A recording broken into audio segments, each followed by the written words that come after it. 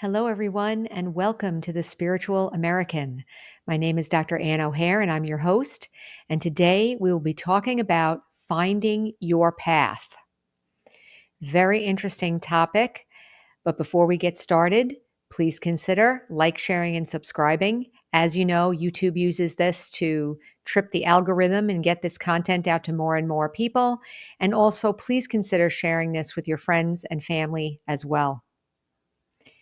So, finding your path. As I was thinking about this, I really felt a lot of mercy in my heart, kind of tugged on my heartstrings, because this whole podcast is geared towards kind of people in my generation, people, the generation that grew up in the 70s and 80s, that maybe were very outwardly focused, maybe didn't really focus too much on spirituality, maybe got disenchanted with traditional religions and so forth, maybe did go after a lot of different religions.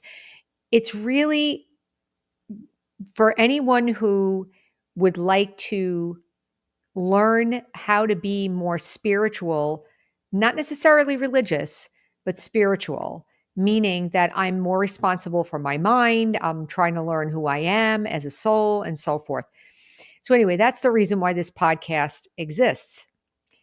But today I'm going to talk about finding your path. What is the path? What do I mean by a path? I mean a way for the individual to move forward in the quest for, let's say, self realization, or the quest for being closer to God, or the quest for finding peace in the world, or the quest for being happy or in harmony. Each of us has our own, let's say, branch of the tree that we belong to. Let's say the tree with all the branches of the different religions, perhaps, the tree of life. And all of us have like a home branch. And I'm going to say that now is a very good time for each of us to take a look and see which branch or which path do I belong on. And what I'm going to discuss today is, how do I know it's my path? How do I know if I even want a path? And so forth. So there's a lot of people out there who are not necessarily looking for a path. Maybe they're just looking to not be so upset or to have more power in their life or something like that. I wasn't looking for God. I wasn't looking for another spiritual practice when I found this. I was actually just going about my life, and it turns out that I found this at a time when I was in a very emotionally debilitated state, which kind of makes sense because you hit rock bottom and then you would find something, right? But I would say that you don't have to have the desire to be with God to start a spiritual practice. You don't have to have the desire to be in a religion to start something. I think that it's universally advantageous for each soul, each of us, to take a look and try to work on our own mind, let's say, work on our behavior, trying to always improve, right? Trying to improve yourself. And I think spiritual practice, whether it's religion, whether it's spirituality, like we are talking about Raj Yoga meditation practice here, but there are many, many paths out there. There's traditional religions and so forth. What I wrote here is, what is a spiritual path? I wrote something that you take on to help you to move from one awareness of yourself, the world, and reality into another. I'm thinking of some celebrities right now. I'm thinking of one celebrity who had a spiritual awakening experience. And now this person is talking about unlimited awareness, and that we're not really the person we think we are. We're actually unlimited consciousness. And this person is out there and he's a celebrity. And then there's another celebrity that I'm thinking of right now who just became a born again Christian, who now is really following Jesus Christ and following and reading the Bible and following that.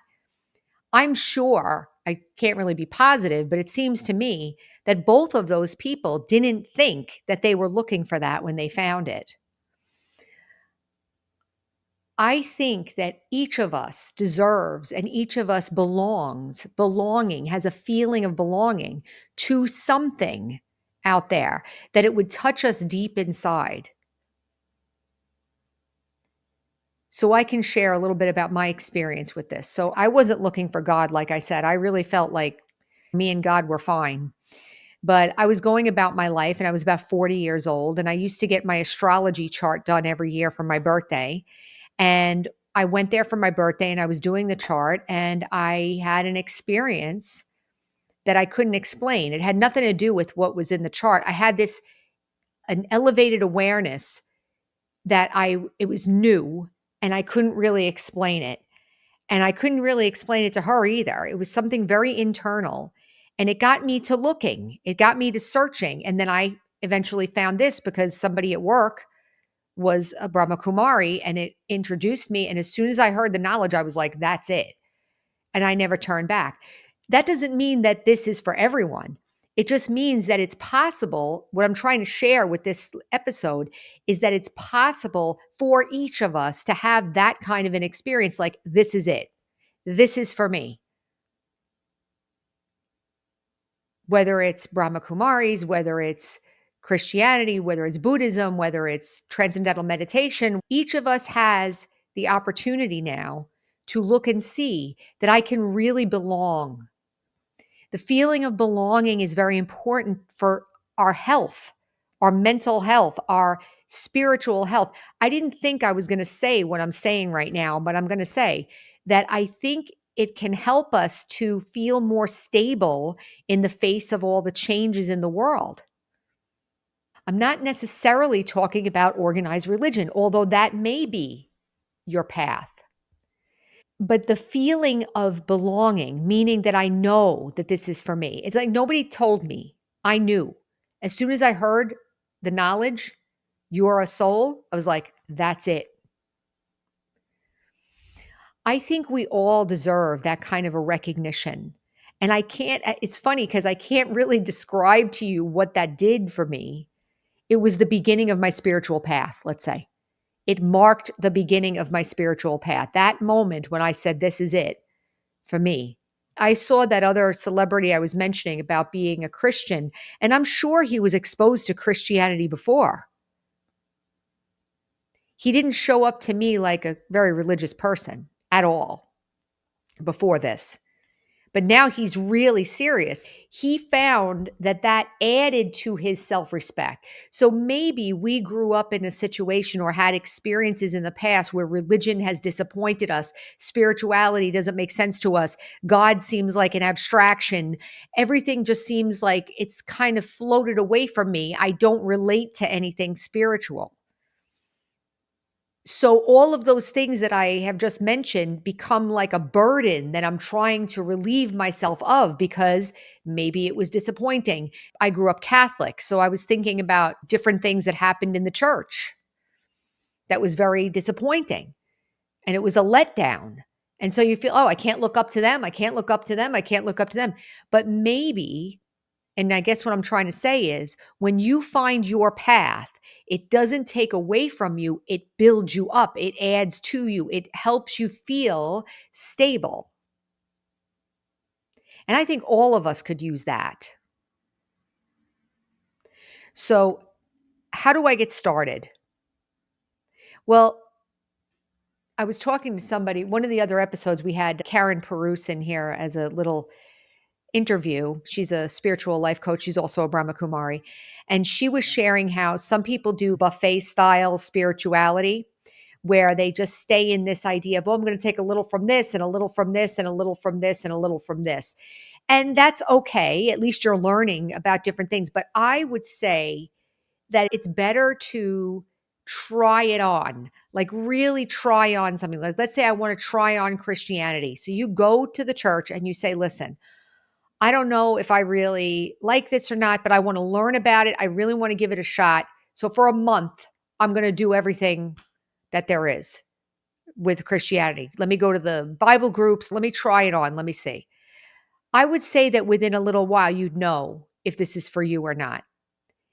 I want to say it's roughly like dating. Doesn't it sound like dating in a way? Like I'm trying on this, I'm trying, like you're dating. But then when you find the right one, you're done. That's it. You don't need to try any more on. But I guess what I'm saying too, to the people out there who are listening to this who think, I don't really need anything, that's okay. But I do want to say that from my experience, having a spiritually based, if you want to call it religion or path that I'm following, helps me to be able to detach and protect myself from reactions that I've had in the past. So, other things that maybe I would have reacted to in the past in the world, I feel better about now. That's the spiritual path has helped me with that. I'm using Christianity as examples over and over again because that's where I'm most familiar, other than Brahma Kumaris. But the Christianity, you can see how there's people of faith. There's somebody in my family, my sister, her sister in law. So there was some deaths in the family, a bunch of deaths in the family. And my sister's sister in law is a Catholic, and she is very active in the church. And I remember looking at her. She had lost her son and her brother in law, her son and my sister's husband, my brother in law too. But I had watched her. She had lost those two people within a month's time, her son and her brother in law. And I remember, what do you say to a mother that lost a son? And I remember she was a pillar of strength, and it wasn't phony. Like, I guess I I'm always like have the phony meter up, like that I want it to be real, right? But she was very, very calm. It was touching, like I'm getting emotional thinking about it. She was very calm, and her faith was very, very strong. Like, in the face of that, her love for God and her faith was stronger than the grief. It doesn't mean that she didn't feel grief, but something was stronger than the grief.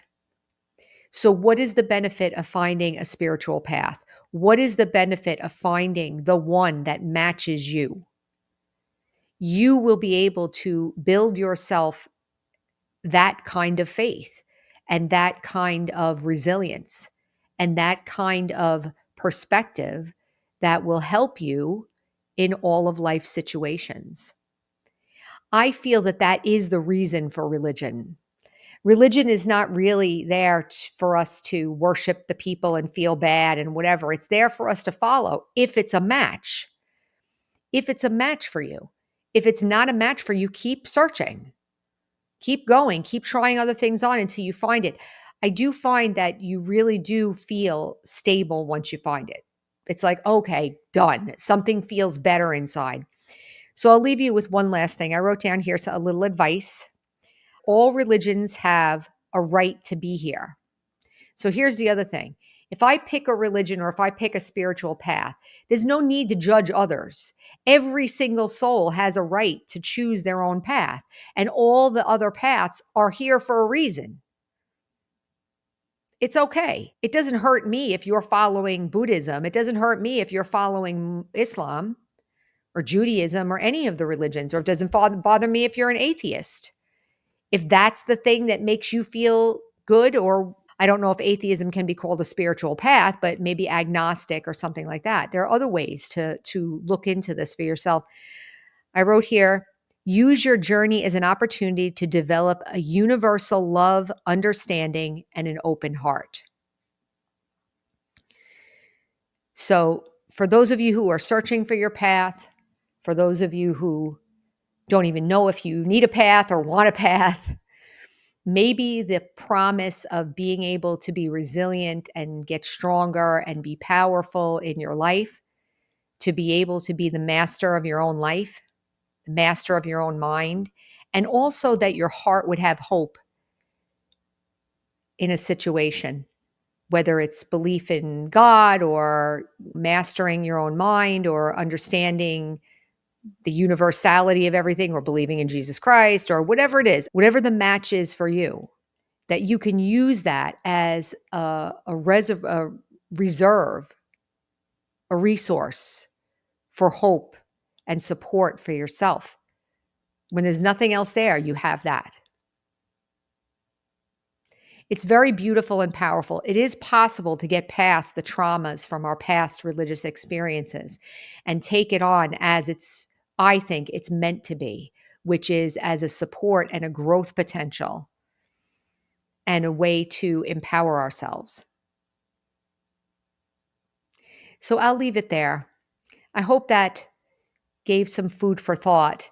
And again, for those of you who aren't looking for a path, maybe take on, wait a minute. Okay, maybe I'm not really looking for religion, but she's saying that maybe there's some other things to be gained here. Maybe I'll take a look. The Brahma Kumari's information is in the description below. And I have found for me that this was the path for me. It embraces all the other religions. It doesn't have any dogma, let's say. For me, it's pure spiritual science.